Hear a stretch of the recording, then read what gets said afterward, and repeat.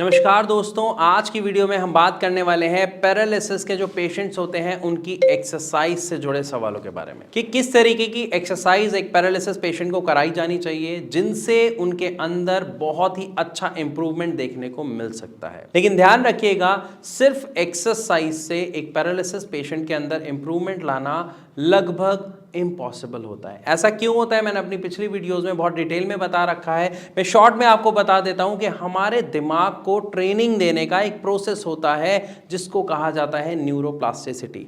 जब भी किसी पेशेंट को पैरालिसिस होता है तो पहले 6 महीने में जो आपको रिकवरी देखने को मिलती है ना, ये हमारी बॉडी खुद से कर रही होती है, यानी न्यूरोप्लास्टिसिटी कर रही होती है। किसमें? हमारे दिमाग में, मतलब हमारे दिमाग को ट्रेंड कर रही होती है। 6 महीने के बाद ये प्रोसेस लगभग बंद हो जाता है या बहुत स्लो हो जाता है, जिसकी वजह से जो रिकवरी रेट है वो बहुत ज़्यादा कम हो जाता है। इसके लिए आपको एक सही मेडिसिन का चुनाव करना बहुत ज़रूरी है। अब वो मेडिसिन कौन सी होनी चाहिए, क्या लेना है, मैंने पूरी वीडियो बना रखी है।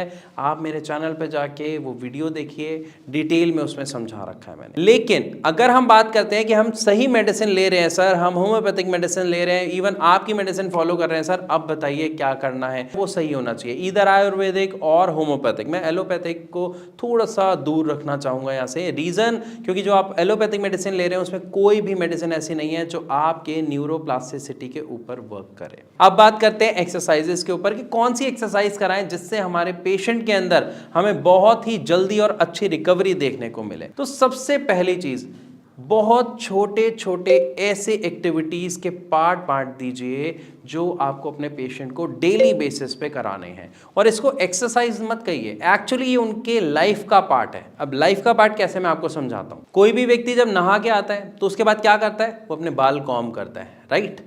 अब ये एक नेचुरल आदत होती है, हर किसी के अंदर होती है। तो जब आपका कोई पैरालिसिस जो पेशेंट है या आपके घर में कोई सदस्य है या इवन मान लीजिए आपको है और आप देख रहे हैं, तो आपको सबसे पहले क्या करना है? कॉम्ब उठाना है और कोशिश करनी है बालों को आपने कॉम्ब करना है। या आप अगर किसी को करा रहे हैं तो आप उनके हाथ में कॉम्ब दीजिए और बोलिए आपके बाल अच्छे नहीं लग रहे हैं, देखो अच्छे से इसे काटो, अच्छे लगोगे आप। तो जब आप उनको इस तरीके से बोलोगे तो वहां पे क्या होगा? उनका मन होगा क्या करने का? बाल कॉम्ब करने का।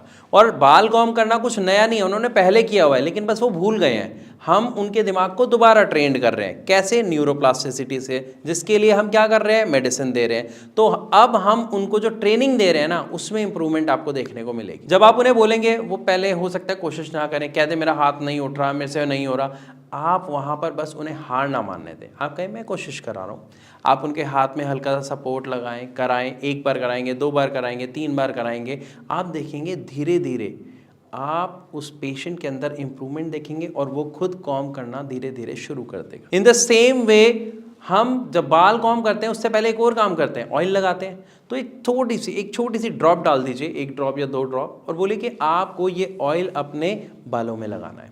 जब आप उन्हें ये बोलेंगे, अगेन हो सकता है वो मना कर दे या वो कहे मुझसे नहीं होगा, आप सिर्फ उन्हें क्या करें? मोटिवेट करें, अरे होगा, मैं कराऊंगा ना, आप करिए।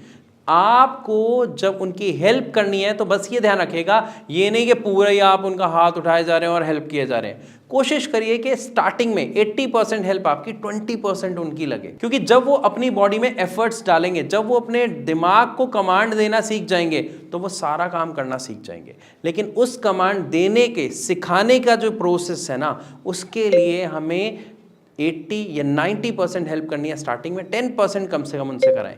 धीरे धीरे after a period of time आप देखेंगे कि आपकी जो हेल्प है वो 50% पे आ गई और धीरे धीरे वो 30 पे आ गई, एंड देन वो खुद करना शुरू कर देंगे। तो यहाँ पे हमने क्या सीखा कि एक्सरसाइज हमें ऐसा नहीं है उनका हाथ पकड़ के शुरू हो जाना है या जैसे हमारे जो फिजियोथेरेपिस्ट हैं वो कराने लग जाए, नहीं।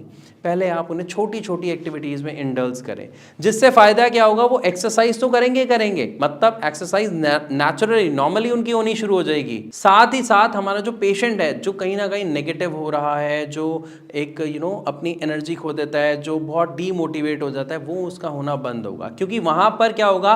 मन में उमंग आएगी, मेरे को ये करना है। इसी के लिए आप एक काम और करें, अगर आपके घर में कोई बच्चा है जो छोटे छोटे बच्चे होते हैं, तो वहाँ पर आप उनको इंडल्ज करिए अपने उस पेशेंट के साथ। कैसे करिए? मान लीजिए कि कोई पेरेंट्स है जिनको पैरालिसिस हो गया है। अब जो बच्चा है, छोटी छोटी हल्की हल्की बॉल होती है, अब बच्चे ने बॉल फेंकी कि दादू अब आप बॉल दीजिए, तो वहाँ पर क्या होगा कि वो बॉल पकड़ने की कोशिश करेंगे।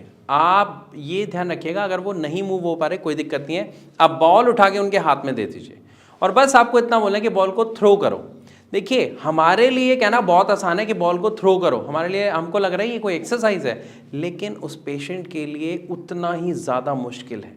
बॉल को इवन होल्ड कर पाना, बैलेंस बनाना, इसमें अगर आप देखें, आप बॉल को अगर पकड़ते हैं, आपकी जो मसल्स हैं वो एक्टिवेट होती हैं, यानी उसमें एनर्जी लगती है, उसके अंदर होल्ड आता है। तो इस होल्ड से ही तो हमारा जो पेशेंट है वो वर्क करना सीखेगा, क्योंकि उनकी जो ये मसल्स हैं वो कहीं ना कहीं स्टिफ हो जाती हैं इतने टाइम में, जितने टाइम में उनका दिमाग ट्रेंड हो रहा होता है, और हमें ये सारी चीज़ें हटानी है। तो ये धीरे धीरे बहुत स्लो प्रोसेस है, लेकिन आपको आई प्रॉमिस इम्प्रूवमेंट ज़रूर देखने को मिलेगा। सिर्फ एक चीज़, ना आप गिव अप करें, ना जो पेशेंट है उसको गिव अप करने दें। चाहे आप 10 मिनट अपने लगाएं, लेकिन पूरी शिद्दत से लगाएं। आप देखेंगे जो आपका पेशेंट है वो धीरे धीरे बॉल थ्रो करना, बॉल छोड़ना, बॉल होल्ड करना सीख जाएगा। और स्पेशली जब छोटा सा घर का बच्चा कह रहा है ना, तो वो जो हार्ट का अटैचमेंट है, वो अटैचमेंट उनको मोटिवेट करेगा वो काम करने के लिए। शायद आप कहते रहो वो नहीं करेंगे, लेकिन वो बच्चा कहेगा ना, वो ज़रूर करेंगे। तो इस तरीके से छोटी छोटी आदतों में, छोटी छोटी हैबिट्स में आपको उनको लगाना है, और आप देखेंगे कि उस पेशेंट के अंदर बहुत ही अच्छा इंप्रूवमेंट आते हुए। तो यहाँ पर आई होप, मैं आशा करता हूँ कि आपको अच्छे से समझ आया होगा कि अगर हमें एक पैरालिसिस पेशेंट को एक्सरसाइज करानी है तो किस तरीके से हम शुरुआत करें, राइट। सेकेंड थिंग, जब भी हम अपने पेशेंट को एक फिजियोथेरेपिस्ट के पास लेके जाते हैं या फिजियोथेरेपिस्ट को घर पे बुलाते हैं, तो एक चीज़ का ध्यान रखिए कि जो फिजियोथेरेपिस्ट एक्सरसाइज करा रहे हैं ना, वो 100% फिजियोथेरेपिस्ट ही ना कराएं। उसमें फिजियोथेरेपिस्ट की जो एनर्जी है उसके साथ साथ हमारे पेशेंट की एनर्जी ज़रूर लगे। अब मैं ऐसा क्यों कह रहा हूँ, देखो मैंने अभी पहले भी आपको बताया, अगर पूरी एक्सरसाइज फिजियोथेरेपिस्ट ही कराएंगे, मान लीजिए हाथ है, वो उनकी एक्सरसाइज करा रहे हैं, हाथ पकड़ रहे हैं और वो उनका हाथ हिला रहे हैं, ऐसे मूव करा रहे हैं, ठीक है, राइट। अब अगर पूरी एक्सरसाइज ये फिजियोथेरेपिस्ट का हाथ है वो करा रहे हैं, तो पेशेंट का तो हाथ ही नहीं हिला ना, उसके तो एफर्ट्स नहीं लगे ना। अगर एफर्ट्स नहीं लगे तो क्या ब्रेन ट्रेंड होगा? क्या ब्रेन को कमांड देने की आदत आएगी? नहीं आएगी, या आएगी तो बहुत टाइम लग जाएगा। अगर हमें सिखाना है तो हमें क्या करना है, जब हम करा रहे हैं कि मैं हेल्प कर रहा हूं, आप हाथ उठाओ, अरे मैं कर रहा हूं, आप हाथ तो उठाओ, देखो उठ रहा है, बस आपको मोटिवेट करना है। जब वो धीरे धीरे इसी हाथ को उठाना सीखेंगे, देन आपको एक काम करना है, मान लीजिए वो नहीं उठा पा रहे, आप उठा दीजिए।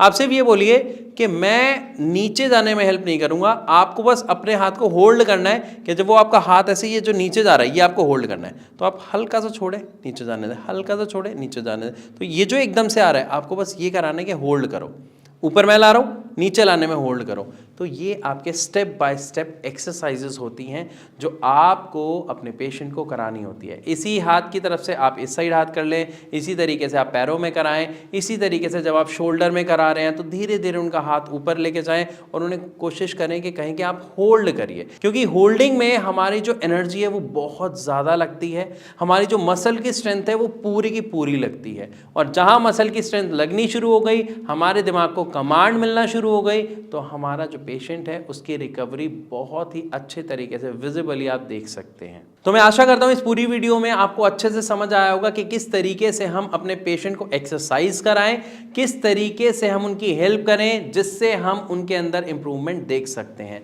फिर भी अगर एक्सरसाइज से जुड़ा कोई भी सवाल आपके मन में है तो आप स्क्रीन पर जो नंबर आ रहे हैं उस पर कॉल करके डायरेक्ट अभी हमारे डॉक्टर से फ्री ऑफ कॉस्ट कॉल कर एडवाइस ले सकते हैं, या फिर आप कमेंट सेक्शन में लिखकर भी हमसे पूछ सकते हैं। मैं कोशिश करूंगा जल्दी से जल्दी आपके सवाल का जवाब आपको दिया जाए। इसी के साथ अब मैं आप सबसे चलने की इजाज़त चाहूँगा। मिलूंगा अपनी अगली वीडियो में एक नए टॉपिक के साथ, तब तक के लिए नमस्कार।